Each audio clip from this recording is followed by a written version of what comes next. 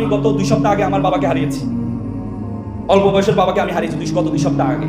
আমি অবাক হয়ে যাই। আমি প্রত্যেকটা মতো গতকালও শুক্র শনিবার বিভিন্ন সময় প্রোগ্রাম থাকে, সময় পাই না। গতকালও আমি চলে গিয়েছিলাম বাবার কবর জিয়ারত করার জন্য কুমিল্লায়। চলে গিয়েছেন, গিয়ে কবর জিয়ারত করে রাতে আবার ব্যাক আসছি। আমি অবাক হয়ে যাই যে বাবার বিয়োগে আমার কাছে মনে হচ্ছে আমার জীবনটা বিয়ে করে দিতে ইচ্ছে করছে।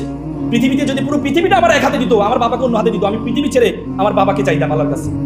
আজকে স্টুডেন্টরা তোমরা আছো, তোমাদের মা বাবা আজকে কত কষ্ট করে, আজকে উইকেন্ড সারা সপ্তাহ কষ্ট করেছে, আজকে বাসায় কিন্তু বিশ্রাম করবে না, সন্তানের খুশিতে তাদের যে আনন্দ পাওয়ার জন্য তোমাদের ঘেরে নিয়ে চলে আসছে।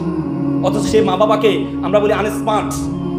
ওই দিন একটা কোর্টে আমি একটা শুনানি করছিলাম, বিচারক আমাকে বলছিল, জানেন আমার ছেলে গতকাল রাতের 12টা আমি যখন তার রুমে গেলাম, সে আমাকে বললো, বাবা তুমি আমার অনুমতি ছাড়া আমার রুমে কেন ঢুকলা?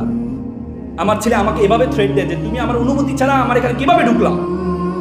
আজকে আমরা স্মার্ট হচ্ছি, জেনজি তোমাদের কন্ট্রিবিউশন অনেক বেশি। তোমাদের এই মা বাবা বলে যে একটা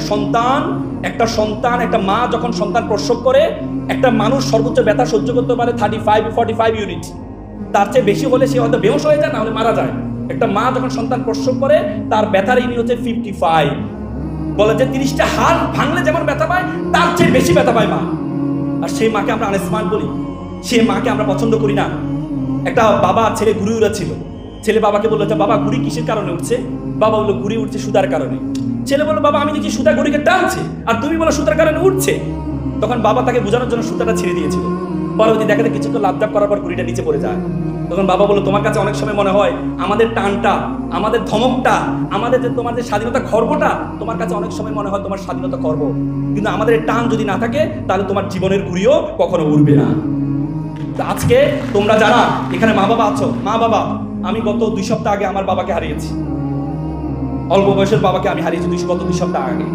আমি অবাক হয়ে যাই। আমি প্রত্যেকটা মতো গতকালও শুক্র শনিবার বিভিন্ন সময় প্রোগ্রাম থাকে, সময় পাই না। গতকালও আমি চলে গিয়েছিলাম বাবার কবর জিয়ারত করার জন্য কুমিল্লায়। চলে গিয়েছেন, গিয়ে কবর জিয়ারত করে রাতে আবার ব্যাক আসছি।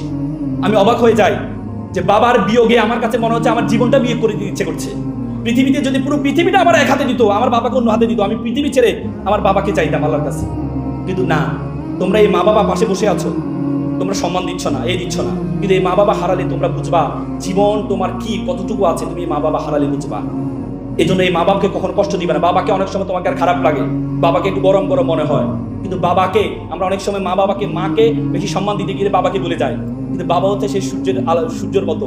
সূর্য যেমন আমাদেরকে গরম দেয়, বাবাও আমাদেরকে গরম দেয়। সূর্য না থাকলে যেমন পৃথিবীটা অন্ধকার হয়ে যায়, বাবা না থাকলেও আমাদের জীবনটাও এমন অন্ধকার হয়ে যায়।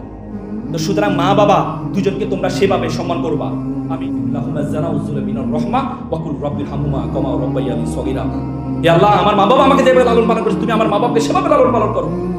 ধর্ম আপনাকে শিক্ষা দেওয়া মা বাবার সাথে উফ শব্দ পর্যন্ত ব্যবহার করো না। It's a religion. Each and every religion are emphasized to respect parents. কত সৈন্য হকিল কামরূপ রহিত কপতগিনী নির্বিষ্টাহ দলবাগ বিঙ্গ কদলি কুঞ্জ ব্রহ্মদ পারোনা, প্রত্যেকটা ধর্ম এমফাসাইজ করেছেন। সুতরাং অভিভাবকদেরকে বলবো, আপনি আপনার সন্তানকে ধর্ম শিক্ষা দিবেন। আজকে প্রচুর পরিমাণ বৃদ্ধাশ্রম বেড়ে যাচ্ছে। ওই দিন একটা বৃদ্ধাশ্রম আমি গিয়েছি, বৃদ্ধাশ্রমের দেয়ালে একটা মা লিখেছে, বাবা এবার ঈদে তোর বাড়িতে আমাকে একটু নিবি, বাবা এবার ঈদে তোর বাড়িতে আমাকে একটু নিবি। কত ভয়ঙ্কর একটি বাক্য ব্যবহার করেছেন। এটির জন্য মূল দায়ী হচ্ছে আমাদের অভিভাবক, আমরা নিজেরা এটির জন্য দায়ী। আমরা আমাদের সন্তানকে যেভাবে শিখাই, আমরা সন্তানকে বলি পরিবার মানে আমি তোমার বাবা, এবং সন্তান মানে পরিবার, শ্বশুর শাশুড়ি পরিবারের অংশ নয়। সন্তান যখন বড় হয়, সন্তানও বলে আমি আমার স্ত্রী এবং আমার সন্তান হচ্ছে পরিবার, আমার মা বাবা পরিবারের অংশ নয়। তখনই সে আপনাকে বৃদ্ধাশ্রমে রেখে আসে। ফ্যামিলি, FAMILY, ফ্যামিলি মানে মনে রাখবেন, F for father, A for ant, M for mother, I for I, L for love, Y for you, father and mother, I love you is called a family। মাথা রাখবেন সবসময়।